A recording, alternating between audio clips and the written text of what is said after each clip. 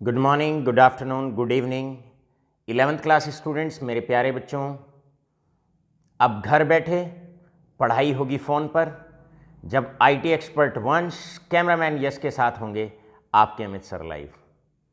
Galvanic cell, electrochemical cell आपका topic चल रहा है और उसी टॉपिक को आज आगे बढ़ाते हैं और कैसे higher order thinking skill questions आपसे पूछे जा सकते हैं सेल को लेकर। आज का लेक्चर 12th क्लास के स्टूडेंट्स के लिए भी इम्पोर्टेंट है।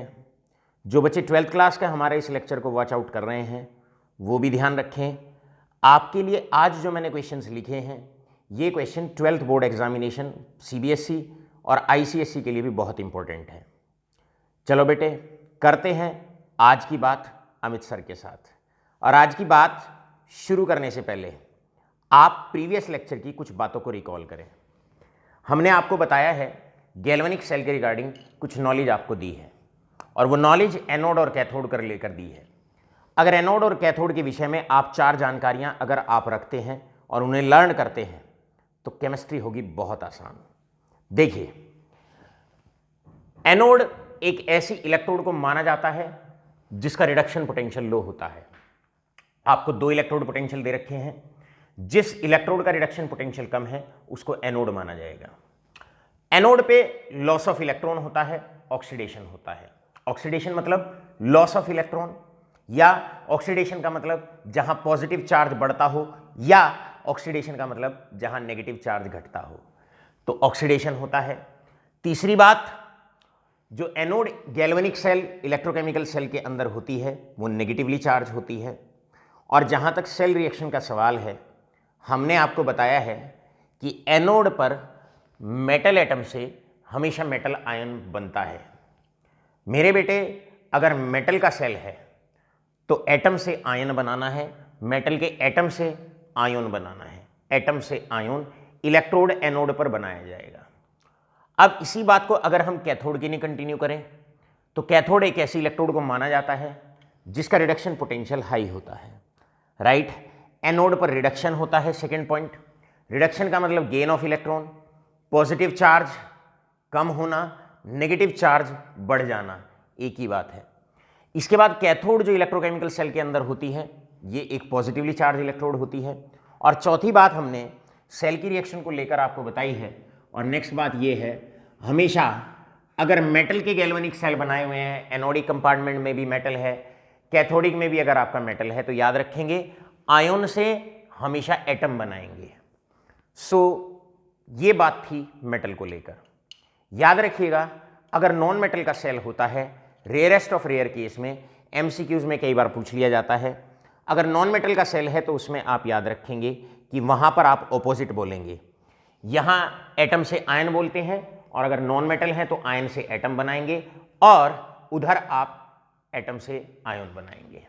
राइट, बढ़ते हैं आगे। अब आज हम मुख्य तौर पर 2-3 तरह के क्वेश्चन करने वाले हैं जो बहुत इंपॉर्टेंट है। चलिए बच्चों, करते हैं शुरू पहले क्वेश्चन को लेकर इसी रिकैपिटुलेशन के साथ। पहला क्वेश्चन है कि आपको डिपिक्ट द गैल्वेनिक सेल, आपको एक गैल्वेनिक सेल दिया हुआ है। ये जो क्वेश्चन हमने लिखा हुआ है 11th क्लास वाले बच्चे याद रखें, नीट और जेई के लिए बहुत इंपॉर्टेंट है।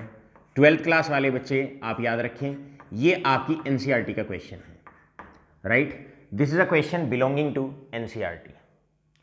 अब आपको एक galvanic cell zinc plus silver ion forming zinc ion plus silver, ये आपको दिया हुआ है और आपसे अब पूछा जाता है 4 बातें। आपको सेल रिएक्शन लिखनी है, मतलब reaction at anode and cathode. यहां पर इस क्वेश्चन को ऐसे भी लिखा जा सकता है, right the individual reaction. Anode और कैथोड की रिएक्शन आपको लिखनी है, सेल को रिप्रेजेंट करना है और तीसरा E nought of the cell निकालना है। मेरे बेटे, सबसे पहला कार्य होता है जब भी आपको कोई सेल रिएक्शन दे रखी हो तो आप सबसे पहले ये जानने की कोशिश करें किसका ऑक्सीडेशन हुआ है और किसका रिडक्शन हुआ है। यहां पर आप देखें मेटल का सेल है, यहां पर मेटल एटम से आयन बन रहा है। अब आप देखिए, अगर एटम से आयन बनता है तो उसको एनोड कंसीडर किया जाता है। इसका मतलब एनोड पर, एनोड जो है वो जिंक मेटल की है, it is of zinc metal. सबसे पहले जिंक मेटल की है, और ये जो एनोड होगी ये आपकी नेगेटिव चार्ज होगी, यानी कि सेल के अंदर या वो सेल जिसके अंदर ये सेल रिएक्शन हो रही है वहां पर जिंक को एनोड माना जाएगा और जिंक की जो इलेक्ट्रोड है वो नेगेटिवली चार्ज होगी। अब जहां तक बात इसकी सेल रिएक्शन का है, लिखो भाई सेल रिएक्शन।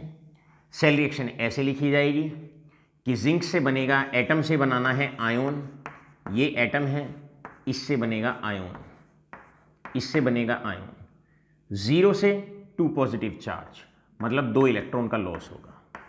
आप जानते हैं एनोड पे ऑक्सीडेशन होता है, यहां से एटम, यहां से आयन, जो चार्ज में डिफरेंस है उतने इलेक्ट्रॉन का लॉस आप दिखा देंगे। ये रिएक्शन होगी एनोड पर। अब अच्छे से कैथोड के बारे में जानने का प्रयास करें। भाई कैथोड होगी जहां पर काम अपोजिट हो रहा हो। यहां पर आप देखेंगे, यहां पर आप देखेंगे सिल्वर आयन से सिल्वर एटम बन रहा है, और आप जानते हैं जहां एटम से आयन बनता है मतलब वहां पर रिडक्शन हुआ है, और रिडक्शन जो होता है वो कैथोड पर होता है। तो इसका मतलब सीधी सीधी सी पहचान है, राइट। यहां पर ये रहा 2 moles of silver forming that is 2 moles of silver solid, right. अब गेन करेगा 2 इलेक्ट्रॉन, गेन करेगा 2 इलेक्ट्रॉन, इन्हीं दोनों इलेक्ट्रॉन को ये गेन करेगा। बस इस प्रकार आप एनोड की रिएक्शन, कैथोड की रिएक्शन इस प्रकार आप लिखने वाले हैं। एनोड पे याद रखें एटम से आयन, और कैथोड पर याद रखें आयन से एटम। अब इंडिविजुअल सेल रिएक्शन आपने लिख दी। दूसरा सवाल आता है, आपको सेल को रिप्रेजेंट करना है। करिए भाई सेल को represent. Representation of a cell is done by, आप जानते हैं जब सेल को रिप्रेजेंट किया जाता है बीच में 2 पैरेलल लाइन, सॉल्ट ब्रिज। मेरे बेटे ने एक डाउट आज मुझसे क्लास में पूछा, सॉल्ट ब्रिज क्या है? तो बेटे आप ध्यान दें, एक यू शेप की ट्यूब है जो 2 सॉल्यूशन को आपस में जोड़ती है, जिसके अंदर हम सॉल्ट डालते हैं, और उस सॉल्ट का कार्य क्या होता है? एनोड पे पॉजिटिव चार्ज बढ़ता है, कैथोड पे नेगेटिव चार्ज बढ़ता है। तो सॉल्ट ब्रिज जैसे ही दोनों सॉल्यूशन में चार्ज डेवलप होना शुरू होता है, salt bridge oppositely charge ion भेजकर क्या करता है? चार्ज को न्यूट्रलाइज कराता है। चलो खैर, now concentrate on to this question. बेटे अब यहां पर हम बात करते हैं, बीच में हमने लगाया सॉल्ट ब्रिज, राइट। अब आप जानते हैं right side cathodic compartment, left side anodic compartment. Salt bridge के लेफ्ट में एनोड, इधर कैथोड।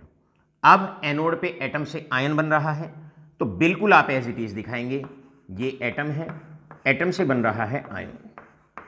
अब इधर आप आ जाइए, आयन से बन रहा है एटम, कैथोड इधर दिखानी है राइट साइड पे, यहां पर आयन से बन रहा है एटम।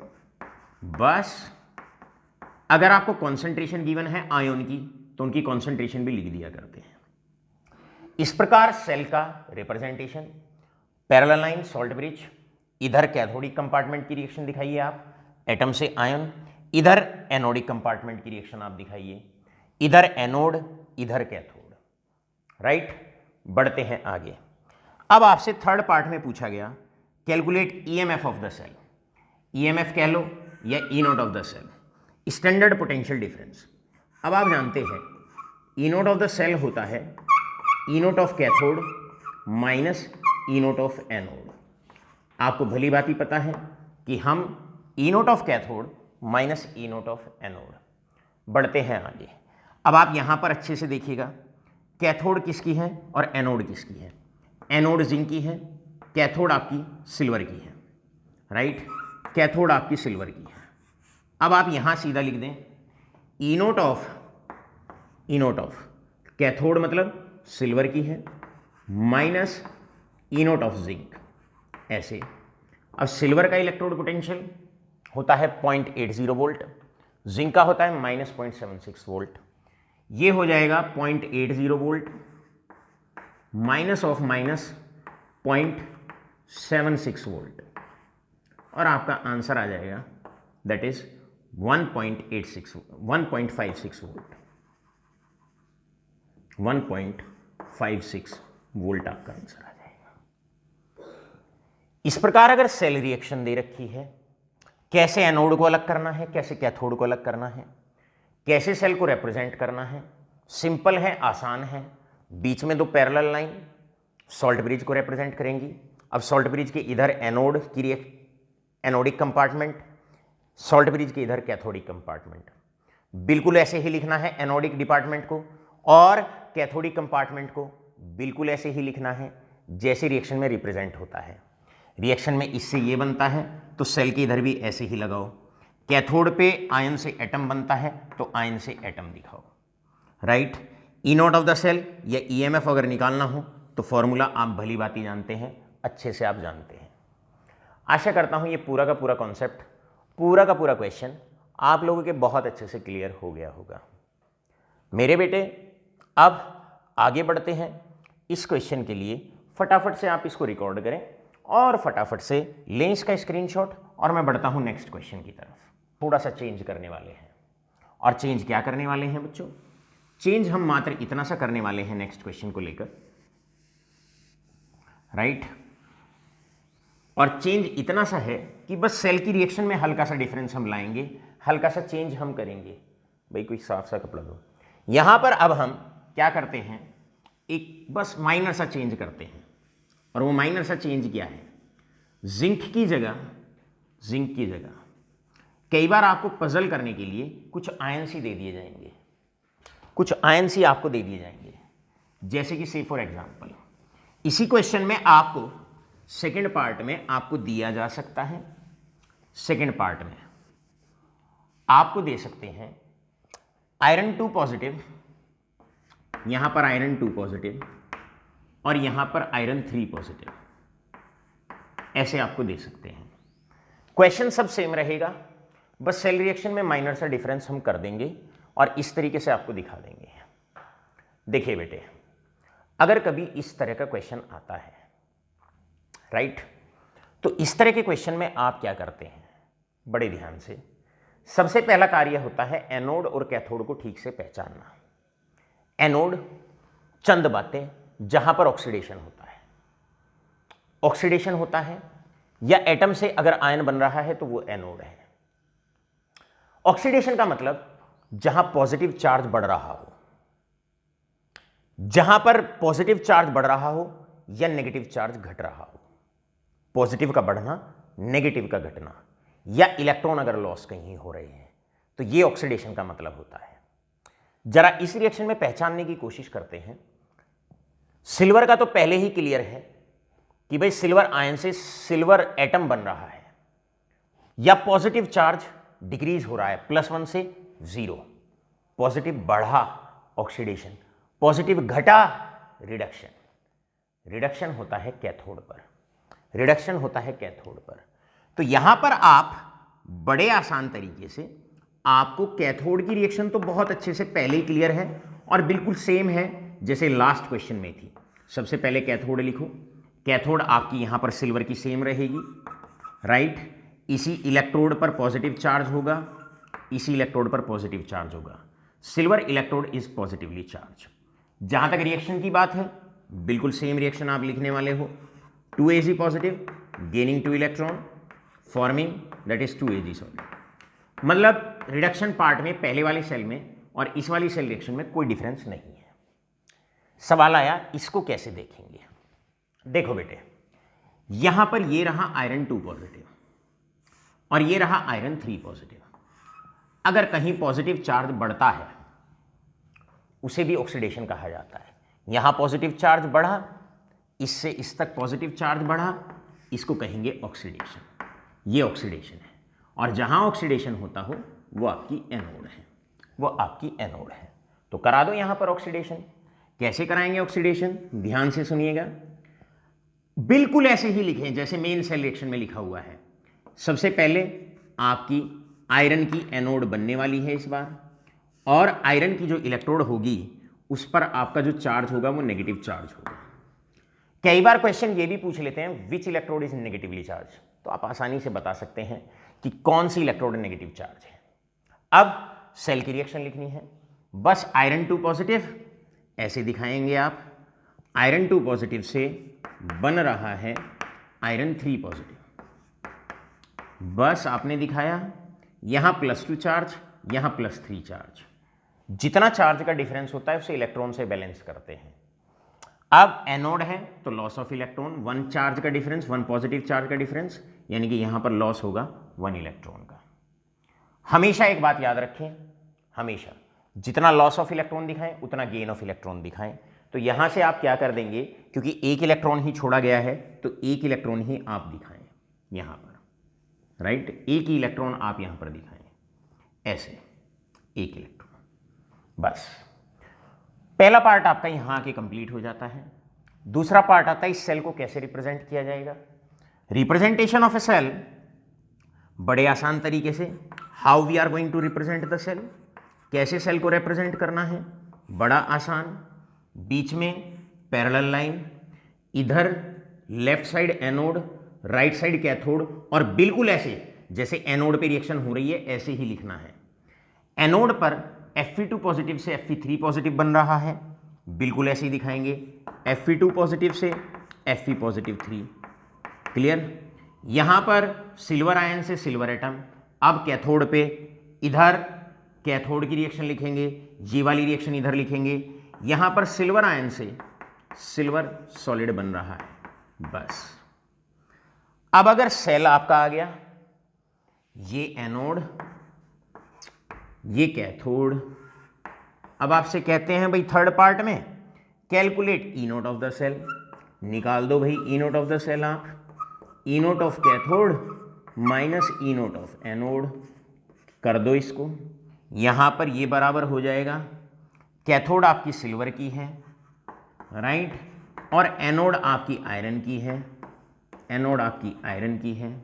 सिल्वर का 0.80, आयरन का रिडक्शन पोटेंशियल 0.77, यहां से 0.80 वोल्ट, आप -0.77 वोल्ट, और बस आंसर आ गया 0.03 volt. 0.03 volt is the answer.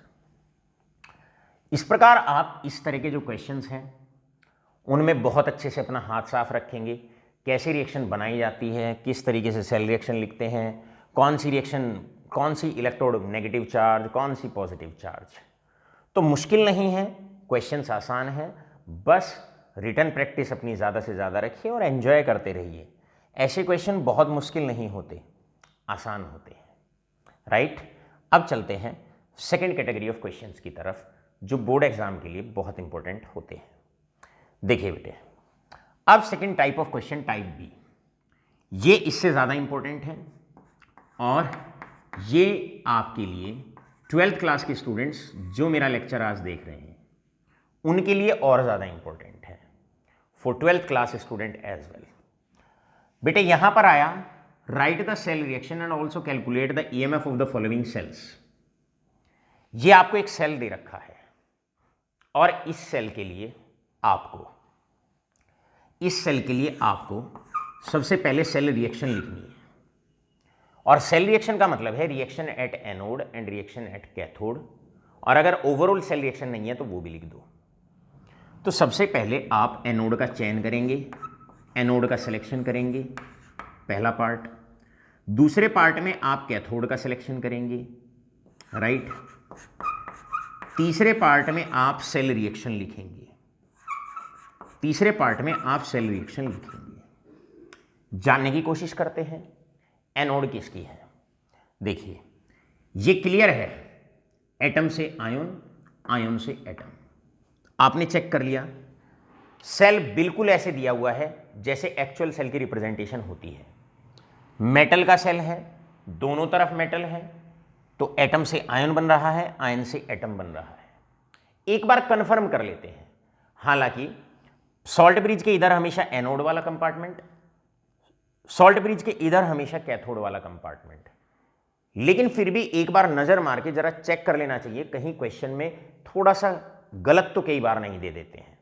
तो बिल्कुल सही दिया हुआ है, एनोड यहां पर होने वाली है, जो सॉल्ट ब्रिज के लेफ्ट साइड है वो एनोड है, बिल्कुल मैग्नीशियम की एनोड यहां पर होने वाली है। मैग्नीशियम की वो इलेक्ट्रोड होगी जिस पर नेगेटिव चार्ज होगा इस सेल के अंदर। अब एनोड पे रिएक्शन, एटम से आयन बनाओ, ये रहा एटम, इससे आयन बनाओ, और यहां पर आप लॉस ऑफ इलेक्ट्रॉन दिखाओ। एनोड पे ऑक्सीडेशन होता है, लॉस ऑफ इलेक्ट्रॉन होता है, दो चार्ज का डिफरेंस है, 2 इलेक्ट्रॉन आप यहां पर लॉस करा देंगे। आपने 2 इलेक्ट्रॉन यहां पर लॉस कराए। इसके बाद आगे बढ़ते हैं। अब कैथोड की रिएक्शन, अब आते हैं कैथोड की रिएक्शन पर। कैथोड की रिएक्शन में आप दिखाएंगे आयन से एटम बन रहा है। सबसे पहले ये कैथोड है, इधर कैथोड वाला डिपार्टमेंट है, आयन से एटम बन रहा है, सोल्ट ब्रिज के इधर है। किसी भी बात से, सारी बातों से क्लियर है, यही कैथोड है।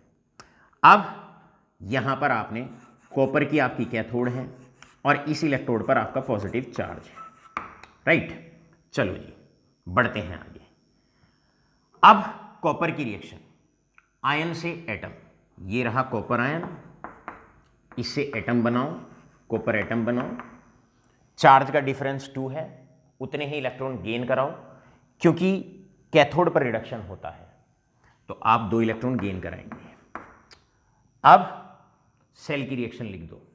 अगर इन दोनों रिएक्शन को जोड़ देंगे तो सेल की रिएक्शन आपकी आ जाएगी। 2 इलेक्ट्रॉन से 2 इलेक्ट्रॉन कट जाएंगे, कट गए। लेफ्ट साइड लेफ्ट के साथ जुड़ेगी, एरो की राइट साइड के साथ जुड़ेगी और ओवरऑल सेल रिएक्शन आपकी हो जाएगी magnesium solid plus copper 2 positive, ये forming magnesium 2 positive plus copper solid. बस पहला पार्ट पूरा हुआ, राइट द सेल रिएक्शन। दूसरा पार्ट बड़ा important, also calculate the EMF of the cell. Cell दे रखा है, इधर एनोड इधर कैथोड, माइनस कर दो। E not of the cell या ईएमएफ एक ही बात है, इसका मतलब पोटेंशियल डिफरेंस निकालना है आपको। सेकेंड पार्ट आपसे पूछा गया E not of the cell, यानी कि E not of the cell या ईएमएफ एक ही बात है, E not of cathode minus E not of anode, ये आपका रहा। यहाँ पर हमने करना क्या है, सीधा E not of cathode, cathode आपकी कॉपर की है, एनोड आपकी मैग्नीज की है। E not of copper, E not of copper minus E not of magnesium, right.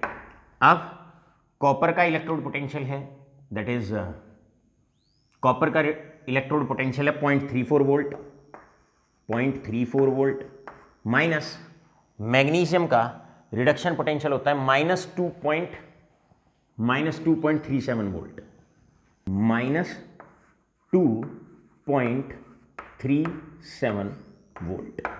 बस आपने अब क्या करना है, आपने इसको ऐड कर देना है और आंसर नीचे लिख देना है। मुश्किल नहीं है, चीज़ें आसान हैं, बशर्ते अगर उन्हें करके देखोगे।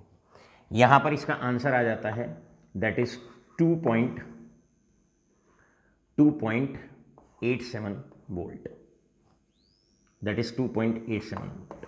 इस प्रकार आपका आंसर यहाँ से आ जाएगा, राइट। यहाँ से आपका आंसर आ जाता है 77 वोल्ट, 71, 2.71 वोल्ट, राइट। ये आपका आंसर आ जाता है। यहाँ से आप नोट डाउन करेंगे। इंपॉर्टेंट क्वेश्चंस हैं, आसान क्वेश्चंस हैं, चंद बातों से ही ये सॉल्व हो जाते हैं। मेरे प्यारे बच्चों, फटाफट से लें स्क्रीनशॉट और चलते हैं की तरफ। और क्वेश्चन है बहुत अच्छा सा, बड़ा प्यारा सा क्वेश्चन, कुछ इस प्रकार है। देखिए, अब हम लेके चलेंगे आपको, स्क्रीनशॉट लें ताकि फेयर नोट्स आप बना सकें अच्छे से। अब हम चलते हैं एक कुछ क्वेश्चन की तरफ, अब हम चलते हैं जो कई बार कॉम्पिटिटिव एग्जाम्स की सुर्खियों में होता है। अब क्वेश्चन इसी टॉपिक से है, बिल्कुल सेम कैटेगरी का क्वेश्चन आता है, ज़्यादातर पूछ लिया जाता है एग्जाम्स में, बस सेल में डिफरेंस है। अब तक हमने कोई भी क्वेश्चन एक ऐसे सेल का नहीं किया, जहां पर नॉन मेटल का सेल बना हुआ हो।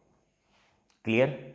तो अब हम कोशिश ये करेंगे कि अब हम जो सेल का एक एग्जाम्पल आपको दिखाने वाले हैं, वो नॉन मेटल के सेल का आपको दिखाने वाले हैं, राइट बच्चों। तो अब बारी रहेगी एक ऐसे क्वेश्चन की जहां पर आपको एक नॉन मेटल का सेल इस बार हम आपको दिखाने वाले हैं। एग्जाम्पल लेते हैं। एग्जाम्पल है दैट इज Br2। बहुत बहुत इंपॉर्टेंट। अगर 11th क्लास आपने इस क्वेश्चन को कर लिया तो समझ जाओ आपने एक मजबूत तरीके से दरवाजा IIT JEE और नीट का खटखटा लिया। जैसे कि यहां पर नीट और JEE के क्वेश्चंस के लिए देखिए, क्वेश्चन है आपका Br2 है, उससे 2Br नेगेटिव, 2Br नेगेटिव। यहां पर आगे बढ़ते हैं और इसके बाद है हाइड्रोजन, इसके बाद है हाइड्रोजन।